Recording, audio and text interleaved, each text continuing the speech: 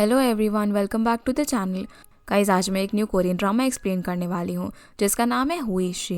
Drama की शुरुआत में हम हमारी फीमेल लीड ओ मालसुन को देखते हैं जो कि एक ओल्ड लेडी है और वो काफ़ी घबराई हुई थी। सीन अब शिफ्ट होता है और हम एक आदमी को देखते हैं जिसका नाम चॉयमिन होता है।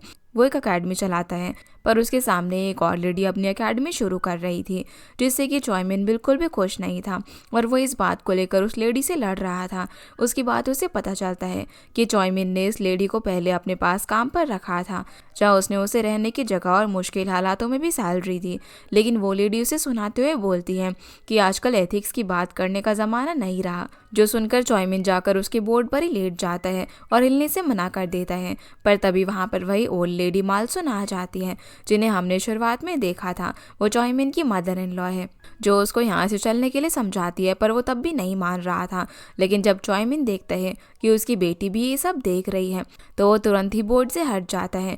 इसके बाद मालसुन चॉयमिन को ये समझाते हुए जा रही थी कि तुम्हारी वाइफ ने डिलीवरी के बाद बस 3 वीक की लीव लिया था, उसके बाद से अब तक 20 सालों से वो काम ही कर रही है बिना किसी छुट्टी के। और एक चॉयमेन है जिसने कि काफ़ी बिजनेस शुरू किए पर सभी बंद हो गए और अब ये एक और बिजनेस भी गया उसका। चॉयमेन अब काफ़ी घबरा रहा था कि उसे ये सब कैसे बताएगा, तो कुछ टाइम तक मालसुन उसकी मदद करने के लिए मान जाती है, जो सुनकर वो काफ़ी खुश हो जाता है और उन्हें शुक्रिया करने लगता है। पर इतने में पीछे से उसकी वाइफ जीसुक आ जाती है जिसे अचानक यहाँ पर देखकर वो शॉक हो जाता है। जीसुक उनसे पूछती है कि वो क्या बात कर रहे थे, पर सभी बहाना करते हुए वहाँ से चले जाते हैं। अगले सीन में हम हाना को देख पाते हैं। उसे म्यूज़िक का काफ़ी शौक है। उसे एकेडमी से कॉल आ रहा था पर वो उस पर ध्यान नहीं दे पाती। दूसरी तरफ हम एक इवेंट को देखते हैं जहाँ पर इस ड्रामा का मेन लीड डैनियल हान भी आया हुआ था। यहाँ हमें पता चलता है कि वो एक बहुत ही फेमस प्रोड्यूसर है UNIS एंटरटेनमेंट कंपनी का। जब डैनियल साइड में बैठा हुआ था तब उसकी मैनेजर लीना उसे बताने के लिए आती है कि F कंपनी का CEO तुम्हारे साथ पार्टनरशिप की बात करने के लिए ढूंढ रहा है। तो डैनियल जाकर CEO से मिलता है जो कि गेम खेल रहा था। CEO से बताता है कि मुझे तुम्हारे नए गर्ल ग्रुप का इंतज़ार है। इस पर डैनियल उसे बिजनेस की बात करता है कि उसे सोशल मीडिया प्लेटफॉर्म और चैनल मैनेजमेंट का कंट्रोल चाहिए, जो सुनकर CEO हंसने लग जाता है। इसके बाद डैनियल लीना को बताता है कि ये उसका आखिरी प्रोजेक्ट है, पर लीना बोलती है कि चेयरमैन इसके लिए कभी भी नहीं मानेगी। पर डैनियल तो जैसे अपनी तरफ से सारी प्लानिंग कर चुका था। अगले दिन फिर हम देखते हैं कि डैनियल को कंपनी से कॉल और मैसेज आ रहे होते हैं क्योंकि शो से पहले एक सेंटर मेंबर एमिली गायब हो चुकी है। ये देखकर डैनियल शॉक हो जाता है। इसके बाद हम डैनियल और लीना को साथ में देखते हैं जहाँ पर लीना उस पर गुस्सा कर रही थी क्योंकि उसी ने एमिली को रिकमेंड किया था। डैनियल उसे बाकी लड़कियों को समझाने के लिए कहता है ताकि कहीं वो इस सब से इन्फ्लुएंस ना हो जाए। तो लीना बोलती है कि मैंने उन्हें कहा कि एमिली छुट्टी पर गई है। सीन अब मालसुन पर आता है जो कि अपने रेस्टोरेंट में गई हुई थी। वहाँ वो शेफ के हाथ का खाना खाने के बाद उससे कहती है कि ये रेस्टोरेंट में तुम्हारा नाम कर रही हूँ, पर खाने के टेस्ट में ज़रा भी फ़र्क नहीं आना चाहिए। ये सुनकर वो दोनों काफ़ी खुश हो जाते हैं। मालसुन अब जब वहाँ से जा रही थी तब उन्हें उनकी ग्रैंड डॉटर हाना का मैसेज आता है कि लेसन का टाइम हो गया है। इसके बाद हम उन दोनों को एक क्लब में देखते हैं जहाँ पर वो काफ़ी इंजॉय करते हैं। हाना काफ़ी अच्छा गाना गाती है, जिसके बाद मालसुन उससे पूछती है कि तुम पढ़ाई की जगह आखिर यहाँ पर गाना गाने के लिए क्यों आ रही हो, जिन्हें हाना बताती है कि उसका पढ़ाई में मन नहीं लगता। तो मालसुन उसे डराते हुए कहती है कि हाँ ठीक ही है, इस तरह अगर चलता रहा तो सोल यूनिवर्सिटी का तो पता नहीं, पर सोल स्टेशन तुम्हें काम पर ज़रूर रख लेगा।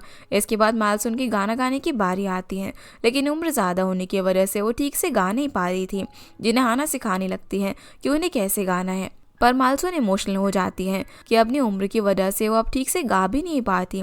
तभी हाना के मन में एक सवाल आता है जो कि वो उनसे पूछते हैं कि मेरी मॉम आपकी बेटी है या फिर मेरे डैड आपके बेटे हैं, क्योंकि मॉम तो उन्हें अच्छे से ट्रीट ही नहीं करती है। यहाँ से फिर हम जोयुंग को देखते हैं जो कि एक कॉन्सर्ट के लिए ऑफिस के शो में आने से मना करती है, जिस बात पे उसका सीनियर उसे काफ़ी नाराज़ हो जाता है। जोयुंग बताती है कि इस कॉन्सर्ट का उसने 3 साल से वेट किया है और वो जाकर ही रहेगी। तभी जीसुक वहाँ पर आती है जिन्हें मैनेजर बताता है कि मैंने जोयुंग को शो संभालने के लिए कहा है क्योंकि मिस यांग लीव पर है और उन्होंने उनके साथ काम किया है, जबकि ऐसी मैनेजर ने जोयुंग से कोई भी बात नहीं की थी। पर फिर भी जोयुंग मना कर देती है क्योंकि ये प्लान वो काफ़ी टाइम से बना रही थी। तो जीसुक खुद ही जाने का डिसाइड करती है।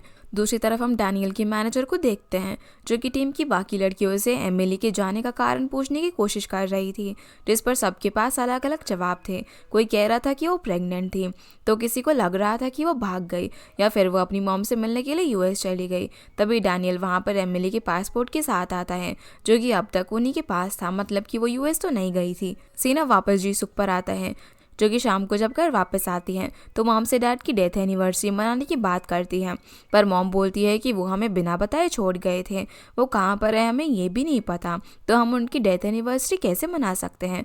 इसीलिए मॉम उनकी प्रेजेंस को हमेशा के लिए भूलने को कहती हैं, पर जीसुक के लिए आसान नहीं है और वो अंदर चली जाती हैं जहाँ पर चॉयमिन हिसाब लगा रहा था अब तक के हुए लॉसेस का। जब जीसुक वहाँ पर आती है तो वो उसे एकेडमी बंद करने की बात करता है, लेकिन जीसुक की बात उसे लगता है कि जैसे वो चॉयमिन से अब कोई भी एक्सपेक्टेशन नहीं रखती है, क्योंकि उसने उसे पहले भी अच्छे फ्यूचर के वादे दिखाकर सारे प्रॉमिसेस तोड़ दिए थे। फिर हम डैनियल को देखते हैं जो कि एमिली को कॉल कर रहा था पर वो कॉल नहीं उठाती, तो वो उसे मैसेज कर देता है कि तुम्हारे बिना टीम का डेब्यू नहीं होगा।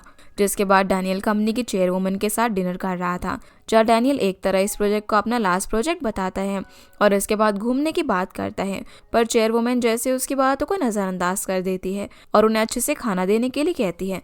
अगले दिन फिर हम मालसुक को देखते हैं जिन्होंने ब्रेकफास्ट रेडी किया था। वहाँ वो सभी से एक शो के बारे में बात करती हैं जिसमें जाकर वो अपना ऑडिशन देना चाहती हैं। ये सुनकर सभी लोग हैरान हो जाते हैं। जीसुक उन्हें ऐसा करने से मना करती है क्योंकि उसे डर था कि उन्हें एम्बैरेसमेंट फेस करना पड़ेगा और इस उम्र में ये सब उनके लिए ठीक नहीं है। लेकिन मालसुन तो जैसे अपना पूरा मन बना चुकी थी, तो जीसुक खाना से उसकी पढ़ाई की बात करने लगती है, जिससे कि वो खाना बीच में ही छोड़कर चली जाती है। मालसुन भी अब जब अपनी राइटिंग क्लास के लिए जा रही थी तब उन्हें पिक करने के लिए उसका एक फ्रेंड आता है, जिन्हें एक साथ देखकर लगता है कि उनके बीच काफ़ी अच्छी बॉन्डिंग है। क्लास में जाने के बाद आज उन्हें अपने क्रश या फिर हस्बैंड पर लिखने का टॉपिक मिलता है, जिससे नाराज़ होकर मालसुन कुछ लिखती नहीं है क्योंकि उनका हस्बैंड तो उन्हें काफ़ी पहले ही छोड़ गया था। क्लास के बाद मालसुन का फ्रेंड उन्हें समझाता है कि इतना गुस्सा होने वाली कोई भी बात नहीं थी। लव ज़रूरी नहीं कि पार्टनर के लिए ही हो, बल्कि तुम अपने बच्चों के बारे में भी तो लिख सकती थी। पर हर तरफ से मालसुन की लाइफ डिप्रेसिंग थी, तो बोलता है कि तुम मुझे कैसे भूल गई जो कि हर वक्त तुम्हारे साथ ही रहता है। सीन अब डैनियल पर आता है जो कि प्रेस के सामने अपने कोलैबोरेशन को डिक्लेयर करता है, जहाँ रिपोर्टर्स उससे उसकी नई डेब्यू गर्ल टीम के बारे में सवाल करती हैं, जिनका जवाब वो अच्छे से देता है। वहीं मालसुन को उनका फ्रेंड ऑडिशन की जगह पर लेकर जाता है, जहाँ पर मालसुन अपने फ्रेंड को वहाँ से जाने के लिए कहकर अंदर चली जाती है, जहाँ इंटरव्यू के बाद उन्हें वेटिंग रूम में भेज दिया गया था। अंदर आने के बाद उसे उनकी जान पहचान की लेडी दिखाई देती है, जिनसे वो छुपने की कोशिश करती है, पर वो उन्हें देख लेती है और उनसे बोलती है कि तुमने रोज़ की तरह ये कपड़े क्यों पहने हैं। इस पर मालसुन बोलती है कि वो मेरे कपड़ों को जज नहीं करने वाले, हमारे सिंगिंग को करेंगे।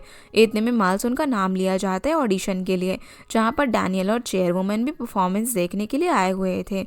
जब मालसुन स्टेज पर आती है तो उन्हें देखकर लगता है कि चेयरवुमन और मालसुन एक दूसरे को जानते हैं। जब मालसुन से पूछता है कि आप भला केमाई सुन का डेब्यू सॉन्ग ही क्यों गाना चाहती हैं, जिस पर वो कहती है कि क्योंकि ये मेरा गाना है। फिर वो बात को बदल देती है और बोलती है कि जैसे ये गाना मेरे लिए ही लिखा गया है। वो मालसुन फिर अपनी परफॉर्मेंस शुरू करती है, पर गाना ख़त्म होते होते वो रोने लग जाती है। अब जैसे ही वो स्टेज से नीचे उतरती है तभी केमाई सुन उससे बोलती है कि गाना गाना कोई मजाक नहीं है, जिसकी बातों से मालसुन काफ़ी टूट जाती है और बैक स्टेज जाकर रोने लगती है। घर पर फिर हम जीसुक को देखते हैं, जिसके ऑफिस से आने के बाद तबीयत खराब हो जाती है। ये देखकर चॉयमिन घबरा जाता है और उसे संभालता है। वहीं मालसुन ऑडिशन खराब होने से काफ़ी दुखी थी, तो उनका फ्रेंड उन्हें संभालता है। तभी उन्हें जीसुक के चिल्लाने की आवाज़ आती है, क्योंकि हाना ने उसे कहा कि वो पढ़ाई छोड़ना चाहती है और वो ऐसा कुछ करना चाहती है जिसमें उसका मन लगता हो। चिल्लाने की आवाज़ सुनकर मालसुन जल्दी से अंदर आ जाती है, जहाँ वो हाना की साइड लेते हुए जीसुक को एक बार हाना की बात सुनने के लिए बोलती हैं और समझाती हैं कि हाना कोई बच्ची नहीं है बल्कि समझदार है और तुम्हें गुस्से से काम नहीं लेना चाहिए। इस पर जीसुक उनसे बोलती हैं कि ये सब मैंने आपसे ही सीखा है, क्योंकि आप ही हमेशा मुझ पर छोटी छोटी चीज़ों को लेकर गुस्सा करती रहती थी। एक बच्चे को किस तरीके से पाला जाता है ये आपको कभी पता नहीं था, पर फिर भी मैंने सिर्फ आपके लिए खुद को सफ़र किया और हाना मेरी बेटी है तो उसे कैसे बड़ा करना है ये मैं खुद देख लूँगी। मालसुन बोलती है कि अगर तुम्हें मुझसे इतनी नफरत है तो अब तक मेरे साथ क्यों हो। जीसू का भी ड्रंक थी, इसीलिए वो बोल देती है कि जो कुछ भी हुआ वो सब कुछ नहीं होता अगर आप यहाँ पर नहीं होती तो, जिस बात का उन्हें काफ़ी बुरा लगता है और वो यहाँ से तुरंत चली जाती हैं। उन्हें रोकने की हाना और चॉयमिन काफ़ी कोशिश करते हैं पर वो नहीं रुकती। मालसून अकेले ही कहीं पर चली जाती हैं। इतने में बारिश भी शुरू हो जाती है, जो देखकर एक ड्राइवर उन्हें अपनी कार में आने के लिए कहता है वरना वो बीमार पड़ जाएंगी। तो वो कार में बैठ जाती है। अब जब ड्राइवर उनसे पूछता है कि उन्हें कहाँ पर जाना है तो वो उसे बस बारिश रुकने तक चलने के लिए कहती हैं। अब ड्राइवर गाना प्ले करके कार चलाने लग जाता है और कुछ देर में मालसून भी सो जाती हैं। लेकिन जब उसकी आँख खुलती है तो वो एक अलग ही जगह पर होती है, जो कि एक फ़ोटो स्टूडियो लग रहा था। तभी वही ड्राइवर उसके सामने फोटोग्राफर की आउटफिट में आ जाता है, जिससे मालसून पूछती है कि तुम तो टैक्सी चला रहे थे ना। पर वो आदमी बताता है कि मैंने आज तक सिर्फ फोटोग्राफी ही की है, आपको गलतफहमी हुई होगी। वो फोटोग्राफर अपनी बातों से उन्हें अपनी एक पिक्चर क्लिक करवाने के लिए मनाता है। पिक्चर से पहले मालसून खुद को तैयार करती है और जब फोटोग्राफर उनकी फ़ोटो क्लिक करता है तो मालसून अपने ही ख्यालों में चली जाती हैं, जहाँ वो कुछ बच्चों को बीच के किनारे खेलते हुए देखती हैं, जिनसे वो बात करने के लिए जाती है पर वो बच्चे इस पर ध्यान ही नहीं देते। तभी एक सुनामी आती है जिसमें मालसून बह जाती है और जब अचानक से उसकी आँख खुलती है तो वो खुद को शीशे में देखकर डर जाती है। उसे कुछ भी समझ नहीं आ रहा था कि उनके साथ ये सब क्या हो रहा है। वो काफ़ी ज़्यादा डर जाती है और रोने लगती है। थोड़ी देर बाद वो खुद को किस तरीके से संभालती है और इसी हालत में बाहर आ जाती है, जहाँ पर वो खुद को एक लड़की के रूप में देखकर काफ़ी ज़्यादा डर चुकी थी। उन्हें कुछ भी समझ नहीं आ रहा था कि ये सब क्या हो रहा है। वो खुद को थप्पड़ मारने लग जाती है ये सोचकर कि ये सपना होगा, लेकिन ये सब कुछ एकदम सच था। उनकी उम्र अब कम हो चुकी थी। तभी उन्हें वो टैक्सी ड्राइवर याद आता है जिसे मिलने के बाद ही उनके साथ ये सब कुछ हुआ था। तभी उनके सामने एक चीज़ आकर गिरती है जिस पर स्प्रिंग बोर्ड लिखा हुआ था। इस सब के बाद वो हिम्मत करके शॉप के बाहर जाती हैं, जहाँ पर उन्हें कुछ स्कूल के बच्चे दिखते हैं, जिनके पास जाकर वो उनसे सवाल करती हैं कि मैं ग्रैंडमा जैसी लग रही हूँ या फिर एक यंग लेडी। इस पर बच्चे कहते हैं कि यंग लेडी की तरह, पर तुम्हारा जो स्टाइल और बोलने का तरीका है वो किसी ग्रैंडमा की तरह ही है। जिन पर गुस्सा करके वो यहाँ से चली जाती हैं। पर अब भी इस सब पर यकीन कर पाना कि अब वो एक यंग लेडी बन गई है, ये उसके लिए काफ़ी मुश्किल हो रहा था। सीन अब जीसुक पर आता है, जो कि उठने के बाद पिछली रात की बातों को याद कर रही थी कि उसने अपनी मॉम को कितना भला बुरा कह दिया था। तभी चॉयमिन आकर बताता है कि मॉम अब तक घर पर नहीं आई हैं और उनका फ़ोन भी ऑफ है। लेकिन जीसुक कैसे दिखाती है कि उसे पिछली रात की बात कुछ भी याद नहीं है और उसे हाना के बाहर में पूछती है तो वो कहता है कि वो भी कहीं पर चली गई है। चॉयमिन फिर उसे काफ़ी समझाता है कि जो वो कह रही है वो काफ़ी गलत है, पर जीसुक अब भी अपनी मॉम के बारे में नहीं सोचती और बोलती है कि उन्हें किसी भी तरह हाना को यूनिवर्सिटी भेजना ही होगा। दूसरी तरफ मालसून अपने रेस्टोरेंट जाती है, जहाँ पर काम करने वाले जब पानी बाहर फेंक रही थी तो वो मालसून की तरफ आ रहा था, जिससे बचने के लिए वो दूसरी तरफ हट जाती हैं। पर इससे मालसून के फ्रेंड पार्क का बेटा जायोंग भीग जाता है, जो देखकर वो काफ़ी हैरान थी कि अब उनके पैरों में दर्द नहीं हो रहा। फिर वो जल्दी से योंग से पूछती है कि क्या उसने उन्हें पहचाना, पर योंग अभी ड्रंक था, इसलिए वो बोलता है कि हाँ मैं तुम्हें पहचान गया, तुमने मेरा पर्स चोरी किया था ना। जो सुनकर वो उसे मारने लग जाती है कि वो उनसे ऐसे कैसे बात कर सकता है। इस पर योंग वहाँ से भाग जाता है, पर अब मालसून को समझ में आ गया था कि इस चेहरे के साथ तो उन्हें कोई भी पहचानने नहीं वाला, इसीलिए वो घर भी नहीं जा सकती थी। लेकिन काफ़ी सोचने के बाद उसे अपने ये हालात एक अपॉर्चुनिटी की तरह लगने लगता है। फिर हम मालसून के फ्रेंड पार्क को देखते हैं, जो कि मालसून का फ़ोन ट्राई कर रहे थे, पर उनका फ़ोन नहीं लग रहा था, जिससे वो काफ़ी परेशान होने लगते हैं। वहीं योंग जो कि वापस आ गया था, उसकी तबीयत ठीक नहीं थी। तभी वो बताता है कि मैंने आज किसी को देखा जो कि बिल्कुल मालसून की तरह दिख रही थी, पर वो काफ़ी यंग थी। ये सुनकर पार्क गुस्से में उसे मारने लगता है। दूसरी तरफ मालसून वापस से रेस्टोरेंट चली जाती है और अपने लिए सूप मंगवाती है, जिसे टेस्ट करने के बाद वो गुस्सा हो जाती है और शेफ से बोलती है कि क्या मैंने इसीलिए तुम्हें रेस्टोरेंट टेक ओवर करने दिया था। यहाँ पर ओनर को तो कुछ भी समझ नहीं आता और वो मैटर ख़त्म करने के लिए उन्हें बिना पैसे दिए चले जाने के लिए कहता है, पर इस पर भी मालसून गुस्सा हो जाती है। वहाँ से जाते जाते वो उन्हें खाने को बढ़िया बनाने के लिए एडवाइस देती है, जिनसे उन्हें लगता है कि ज़रूर मालसून ने इस लेडी को उन पर नज़र रखने के लिए भेजा होगा। अब मालसून को रास्ते में सामने से जीसुक आते हुए दिखती है, पर वो उसे पहचान ही नहीं पाती, जिस बात से वो उससे और भी ज़्यादा गुस्सा हो जाती है और बोलती है कि अगर मेरी बेटी लड़का भी बन जाती तो मैं उसे पहचान लेती, लेकिन एक ये है जो कि मुझे पहचान ही नहीं पा रही है। फिर मालसून उस कैब ड्राइवर को ढूंढने के लिए उसी स्टूडियो के पास चली जाती है, हैं। पर वहाँ जब वो पहुँचती है तो एकदम शॉक हो जाती है, क्योंकि वहाँ तो अब कोई स्टूडियो था ही नहीं है। तभी वो एक जूस कैन के ऊपर से गुजर जाती है, जिससे सारा जूस उसके कपड़ों पर चला जाता है। और हम देख पाते हैं कि उस कैब का ड्राइवर वही इंसान था जिसने कि मालसून को पिछली रात यहाँ पर ड्रॉप किया था। वही हम डैनियल की गर्ल्स टीम की लड़कियों को देखते हैं, जो कि आपस में बात कर रही थी कि एमिली अगर दोबारा लौटी तो उन्हें उसे फिर से छोड़ने के लिए जो कुछ भी करना पड़े वो करेगी। सीना वापस से मालसून पर आता है, जो कि अपने लिए नई ड्रेस लेने के लिए एक शॉप में जाती है। जहाँ जब वो एक ड्रेस ट्राई करती है तो शॉप ओनर उसकी काफ़ी तारीफ करते हैं, जिससे खुश होकर वो ड्रेस खरीद लेती है। अब जब वो पैसे देकर जाने लगती है तब ओनर उन्हें रोक देती है। दूसरी तरफ मालसून की फ्रेंड्स उनके गायब होने को लेकर तरह तरह की बातें कर रहे थे। इतने में पार्क वहाँ पर आकर गुस्से में सभी को चुप करवा देता है। फिर हम डैनियल को देखते हैं, जो कि एक रेस्टोरेंट में बैठा हुआ था, एमिली को याद कर रहा था, क्योंकि उसके साथ वो अक्सर वहाँ पर आया करता था। और हम देख पाते हैं कि एमिली बिल्कुल मालसून की तरह दिख रही थी, जो कि अब यंग है। पर उसके पास वाले टेबल पर वही ड्राइवर था जिसने मालसून को स्टूडियो तक ड्रॉप किया था और उनकी फ़ोटो खींची थी। वो यहाँ पर किसी लेडी को साथ लाया हुआ था।